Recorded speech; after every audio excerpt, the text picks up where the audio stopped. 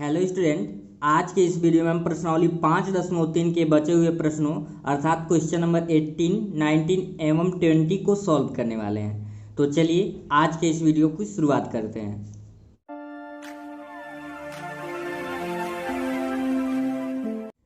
Question number 18 है आपके इस एक्सरसाइज का।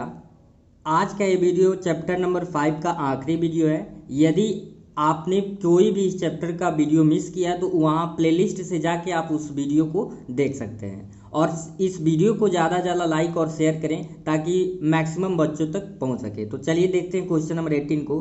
केंद्र ए से प्रारंभ करते हुए बारी बारी से केंद्रों ए और बी को लेते हुए त्रिज्याओं 0.5 सेंटीमीटर, 1.0 सेंटीमीटर, 1.5 सेंटीमीटर, 2.0 सेंटीमीटर वाले उत्तरोत्तर अर्धवृत्तों को खींचकर एक सर्पिल बनाया गया है जिसकी आकृति 5.4 में दर्शाया गया है। 13 क्रमागत अर्धवृत्तों से बने इस सर्पिल की कुल लंबाई क्या है? देखिए यहाँ क्वेश्चन समझ लेते हैं। ये जो देख रहे हैं ये यहाँ से लेके यहाँ तक एक सर्पिल हुआ, फिर यहाँ से लेके यहाँ तक 2 हुआ, फिर यहाँ से यहाँ तक 3 हुआ, यहाँ से यहाँ तक 4 हुआ। ठीक है, तो ये आपका सेंटर है और ये मतलब ए बी क्या है, रेडियस है, और इसी की ही वैल्यू ये दिया है जो 0.5 है, 1.0 है और 1.5 है, यही रेडियस दिया है। तो 0.5 क्या होगा, पहले सर्पिल का यानी L1 का रेडियस है। और फिर अगर बात करें L2 की रेडियस की तो कितना होगा, 1.0 सेंटीमीटर। वैसे L3 का रेडियस कितना है, L3 आपका यहाँ से लेके यहाँ तक है जिसका है 1.5, और यहाँ से लेके यहाँ तक क्या है, L4। आपको बताना ऐसे ही अगर 13 सर्पिल बनाए हैं इसी तरीके से तो उसकी टोटल लंबाई कितनी होगी उस सर्पिल की। तो चलिए इसका सॉल्यूशन देखते हैं।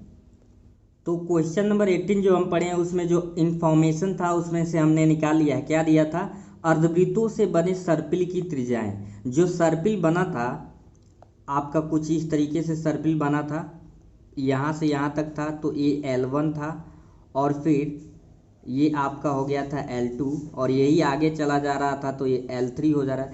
कह रहा है इसी तरीके से जब हम 13 सर्पिल बनाएंगे, और ध्यान देंगे यहाँ से लेके ये जो डिस्टेंस दिया है 0.5, फिर जब दूसरे की हम बात कर रहे हैं तो वो कितना हो जा रहा है, 1 हो जा रहा है। तो ध्यान देंगे यहाँ पे हम क्या लिखेंगे, अर्धवृत्तों से बने सर्पिल की त्रिज्याएं। तो अगर हम पहले सर्पिल की परिमाप, ध्यान दीजिए, अगर इसके लेंथ की हम बात करें, अगर पूछा जाए पहले सर्पिल का लेंथ क्या होगा तो ये क्या होगा, वृत्त का अर्ध परिमाप ही होगा ना। क्यों, क्योंकि आधा ही वृत्त बना हुआ है तो अर्ध परिमाप होगा।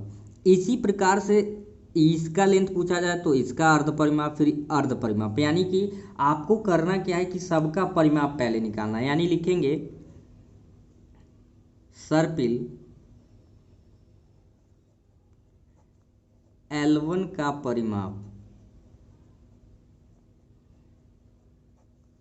तो चूंकि यहाँ पे अर्ध परिमाप लिखना पड़ेगा, क्यों, क्योंकि अर्ध परिमाप ही निकालना है सबका, और जो सर्कल का अर्ध परिमाप निकालेंगे वही इस पहले सर्पिल की लंबाई होगी, और फिर अर्ध परिमाप निकालेंगे L2 का होगा, फिर L3 का होगा। तो अर्ध परिमाप क्या होता है, पाई आर होता है, 2 पाई आर होता है, लेकिन जब R 2 से डिवाइड करेंगे पूरा परिमाप होता है 2 पाई आर, लेकिन जब अर्ध परिमाप हुआ 2 से 2 कट जाएगा, कितना होता है, वृत्त का जो परिमाप होता है 2 पाई आर, लेकिन जब अर्ध परिमाप होता है तो सीधे पाई आर लिखते हैं। तो L1 की अगर वैल्यू हम निकालेंगे तो पाई तो रहने देंगे इंटू आर, पहले सर्पिल की जो रेडियस है 0.5 है, यानी हम क्या पा गए 0.5 पाई, ये पहले सर्पिल का अर्ध परिमाप है। इसी प्रकार से निकालेंगे L2 का अर्ध परिमाप, तो ये बात आप समझ चुके हैं कि L2 मतलब दूसरे सर्पिल का अर्ध परिमाप की हम बात कर रहे हैं। तो ये तो होगा फार्मूला तो वही होगा पाई आर, लेकिन यहाँ ध्यान देंगे आर की वैल्यू अब यहाँ पे क्या है, 1 है, तो ये होगा 1। इट मीन्स क्या होगा, सिर्फ पाई होगा। और ये सारे के सारे वैल्यू किस में आएंगे, सेंटीमीटर में। क्यों, क्योंकि माप किस में दिया हुआ है, सेंटीमीटर में दिया हुआ है। फिर ऐसे लिख लेंगे L3 का अर्ध परिमाप।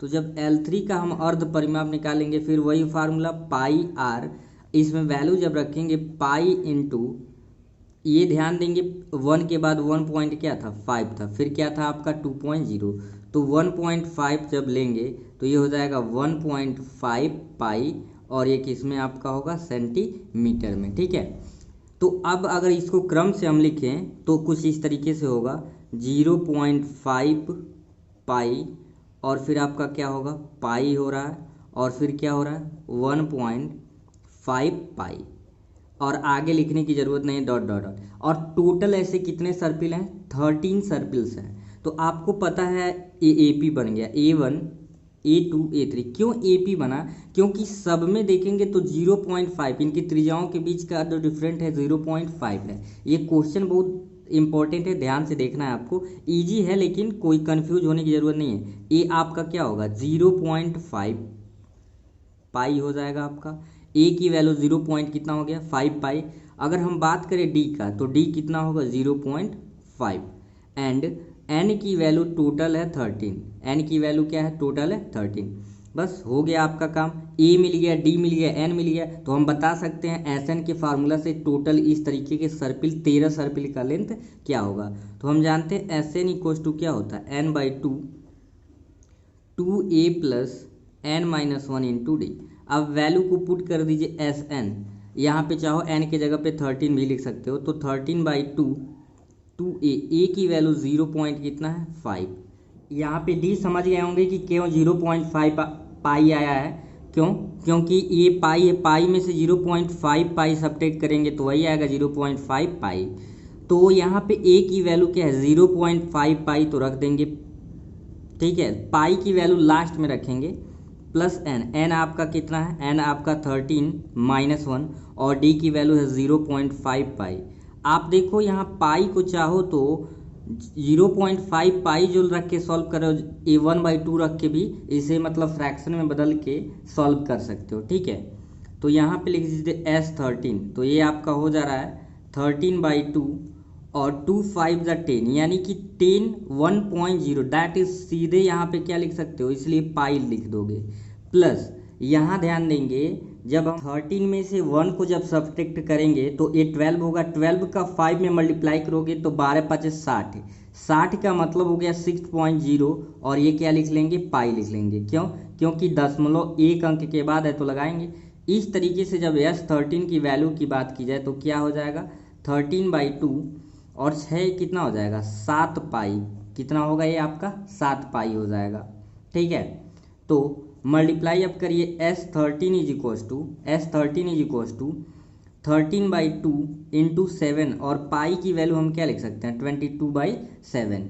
याद रखेंगे पाई की वैल्यू क्या लेते हैं 22/7, तो 7 से 7 कैंसल आउट हो जाएगा, और 2 से काटेंगे तो 11, यानी कि S13 की जो वैल्यू आ गया 11×33 का 3 बचा, 11 के नाम 11×3 14, तो 143 आपके क्वेश्चन नंबर 18 का आंसर आ गया। यानी कि इस प्रकार के जो 13 सर्पिल की लंबाई थी वो कितना थी 143 सेंटीमीटर। यदि आपको कन्फ्यूजन हो तो इस वीडियो को रिपीट करके जरूर देखें, या कमेंट सेक्शन में आप जरूर उस चीज़ को बताएं। तो चलते हैं नेक्स्ट क्वेश्चन पे। क्वेश्चन नंबर 19 कह रहा है आपका कि 200 लट्ठों, लॉक्स बोलते हैं, को ढेरी के रूप में इस प्रकार रखा जाता है, सबसे नीचे वाली पंक्ति में 20 लट्ठे, उससे अगले पंक्ति में 19 लट्ठे, उससे अगले पंक्ति में 18 लट्ठे इत्यादि। देखिए आकृति, यहाँ पे आकृति देख सकते हैं, और फिर क्या कह रहा है ये 200 लट्ठे कितनी पंक्तियों में रखे गए हैं तथा सबसे ऊपरी पंक्ति में कितने लट्ठे हैं। ध्यान से इस क्वेश्चन को एक बार और समझते हैं। देखिए सबसे पहले आपका 20 लट्ठा रखा गया है, उसके बाद 19, फिर 18, फिर 17, 16, इस तरीके से कह रहा है कि हम 200 लट्ठों के इस प्रकार से कितनी लाइन लगा सकते हैं, और जो ये सबसे ऊपर, मान लीजिए इसके बाद भी तो आएगा, तो सबसे ऊपर वाला जो लट्ठों की लाइन होगी उस सबसे ऊपर वाले लाइन में कितने लट्ठे होंगे। तो देखते हैं इसके सॉल्यूशन की तरफ, कैसे इसका सॉल्यूशन होगा। तो क्वेश्चन नंबर 19 में जो दिया था उसके अनुसार हमने लिख लिया है गिवेन, ढेरी में रखे लट्ठों की कुल संख्या 200 है। ढेरी में रखे लट्ठों की कुल संख्या कितनी है 200 है।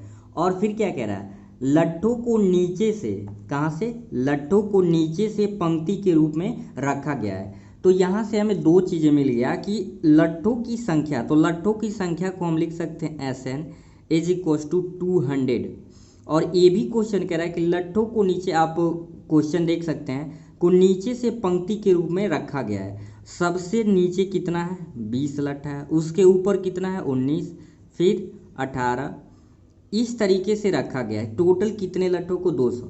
तो यहाँ से हम पाते हैं कि ये A1 हो गया, ये A2 हो गया, ये क्या हो जाएगा, A3।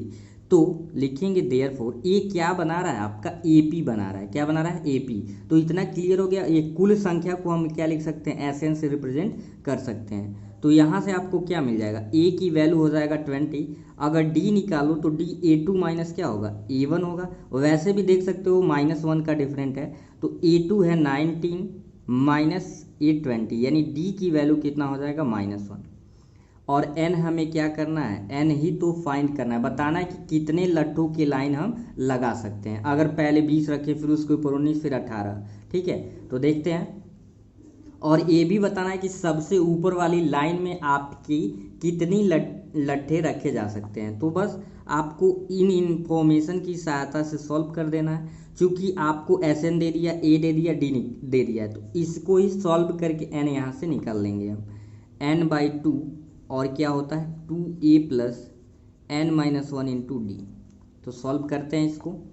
SN की वैल्यू कितनी है, 200, N/2 और 2A की अगर बात करें, A की वैल्यू है 20 प्लस N हमें पता नहीं, N-1, और D कितना है, D है आपका -1।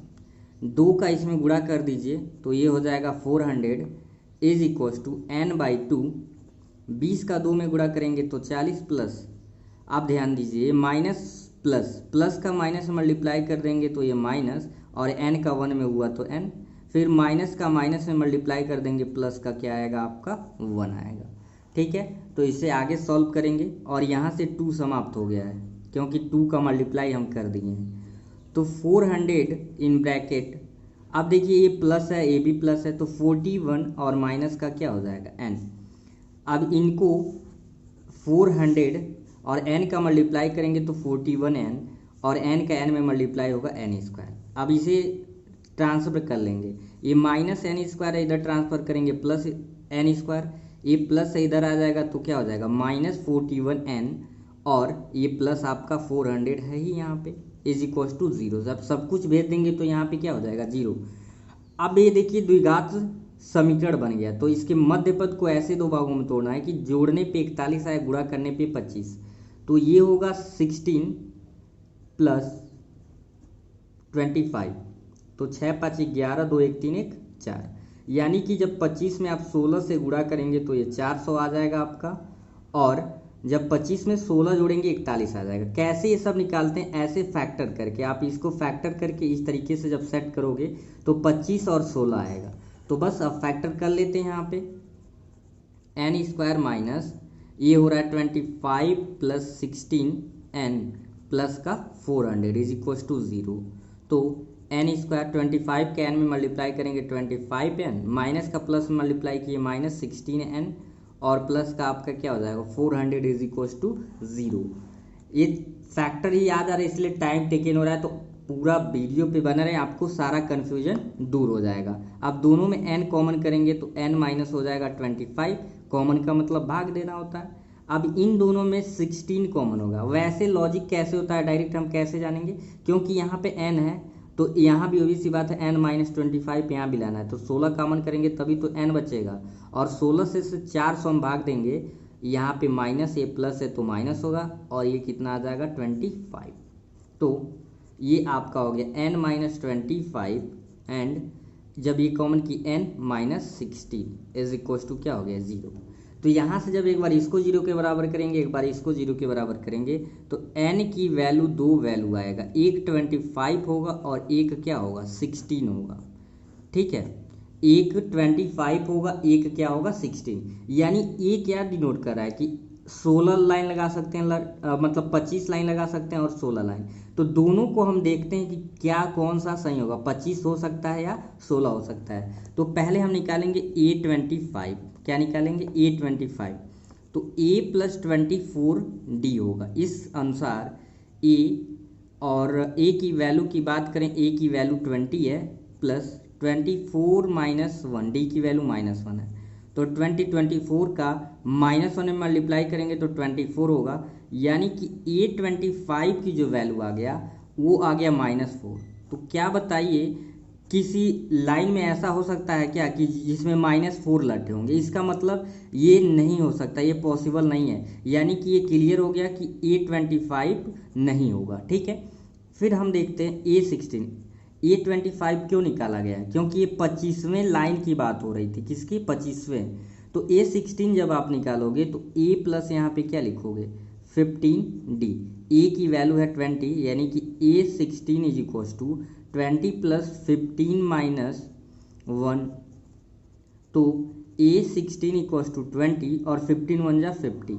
तो this implies A16 is equal to कितना आ गया? 5। यानी A क्लियर हो गया कि इसकी वैल्यू पॉजिटिव आ रही है, यानी कि जो नंबर आपका होगा उस लट्ठों को रखा गया है तो वो कितने नंबर बनेंगे, कितने लाइन बनेंगे? टोटल 16 लाइन बनेगी। और सबसे ऊपरी वाली लाइन में आपके कितनी लट्ठे होगी? 5 लट्ठा होगा। तो यही आपका पूछ रहा था कि कितने लाइन आप लट्ठों का बना सकते हैं और सबसे ऊपरी लाइन में कितने लट्ठे होंगे। तो आप बता देंगे कि n की जो वैल्यू है 16 है और सबसे ऊपरी वाली लाइन में कितने लट्ठे होंगे? तो 5 होंगे। ठीक है, तो चलते हैं इस एक्सरसाइज के लास्ट क्वेश्चन पे। क्वेश्चन नंबर 20 बहुत ही इंटरेस्टिंग क्वेश्चन है। कह रहा है कि आलू दौड़, नाम सुने होंगे, पोटैटो रेस में प्रारंभिक स्थान पर एक बाल्टी रखी हुई है जो पहले आलू से 5 मीटर की दूरी पे है तथा अन्य आलुओं को एक सीधी में परस्पर 3 मीटर की दूरियों पे रखा गया है। इस रेखा पर 10 आलू रखे गए हैं। कितने आलू रखे गए हैं? 10, यानी नंबर ऑफ टर्म की ये बात हो गया। ठीक है, यही तो क्वेश्चन का वो लॉजिक होता है कि पढ़ के आपको चीज़ों को समझना होता है। आगे भी दिया है, अभी आगे क्या कह रहा है कि यहाँ पे इमेज बना के रखा हुआ है। ठीक है, आपको क्या कह रहा है कि बताना है प्रत्येक प्रतियोगी बाल्टी से चलना प्रारंभ करती है, निकटतम आलू को उठाती है, उसे लेकर वापस आकर दौड़कर बाल्टी में डालती है, दूसरा आलू उठाने के लिए वापस दौड़ती है, फिर उसे उठाकर वापस बाल्टी में डालती है और वह ऐसा तब तक करती रहती है जब तक कि सभी आलू बाल्टी में न आ जाए। इसमें प्रतियोगी को कुल कितनी दूरी दौड़नी पड़ेगी? अब इस क्वेश्चन को थोड़ा ध्यान से देखिए। ये बाल्टी है, बाल्टी से पहला आलू 5 किलोमीटर दूरी पे रखा है, फिर अगला आलू 3 किलोमीटर दूरी पे, फिर अगला 3 किलोमीटर दूरी पे, सॉरी मीटर। यहाँ पे पहला बाल्टी से 5 मीटर दूरी पे है, तो इसके बाद जो आलू है 3 मीटर दूर पे, फिर इससे बाद 3 मीटर, यानी हर आलुओं के बीच में कितने मीटर की दूरी है? 3 मीटर की। अब ये ध्यान से देखेंगे, पहले यहाँ से दौड़ के यहाँ पे आएगी, ये आलू उठा के फिर इसमें रख देगी, फिर यहाँ मतलब दूसरे आलू के लिए यहाँ से यहाँ तक दौड़ के जाएगी, यानी यहाँ से यहाँ के बीच में कितना हो जाएगा? 8 मीटर की दूरी। 5 तो ये हुआ, 5 3 8, फिर बैक जाएगी, यानी दूसरा आलू उठाने के लिए 16 मीटर की दौड़ लगानी पड़ेगी। तो इस तरीके से आपको बताना है कि अगर यही खेल चालू रहा तो 10 आलू रखने में उसे कितना दौड़ना पड़ेगा। तो चलिए देखते हैं। क्वेश्चन में दिए गए इंफॉर्मेशन के अनुसार जो जानकारी दी थी वो हम यहाँ पे नोट कर लिए हैं। गिवन मतलब क्या होता है? दिया है। बाल्टी से पहले आलू 5 मीटर की दूरी पर है, मतलब पहला जो आलू रखा है, बाल्टी से जो पहला आलू रखा है 5 मीटर की दूरी पे रखा है, और यह भी कह रहा है कि प्रत्येक आलुओं के बीच में 3 मीटर की दूरी है। यानी ध्यान दीजिए, अगर आलुएं देखें तो पहला 5 मीटर पे है, दूसरा क्या है 8, फिर 11 और फिर 13। इस तरीके से यह भी एक क्या बना रहा है? एपी बना रहा है। ध्यान से देखेंगे, अगर हम बात करें आलुओं के रखने का जो क्रम है, तो पहला 5 है, बाल्टी से 5, फिर 8, फिर 11, फिर 13, तो ये भी क्या बना रहा है? एपी बना रहा है। लेकिन क्वेश्चन में क्या कह रहा है? एक आलू रखने के लिए 2 बार दौड़ लगाना पड़ता है।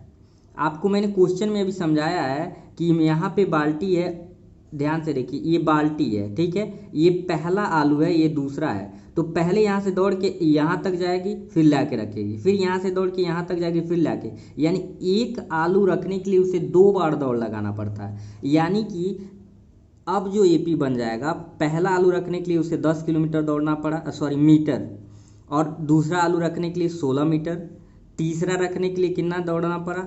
22 मीटर, और उसके बाद से 26 मीटर का दौड़ इस तरीके से लगाना पड़ेगा। आई होप लॉजिक आप समझ गए कि ये क्यों लिया गया। 5 मीटर तो है, लेकिन बाल्टी से 5 मीटर तक गई फिर जाके रखी तो 5 5 10, फिर 8 मीटर गई, फिर 8 से फिर जाके बैक 8 गई। तो इस तरीके से आपका ये AP एक्चुअल AP बनेगा रखने के लिए।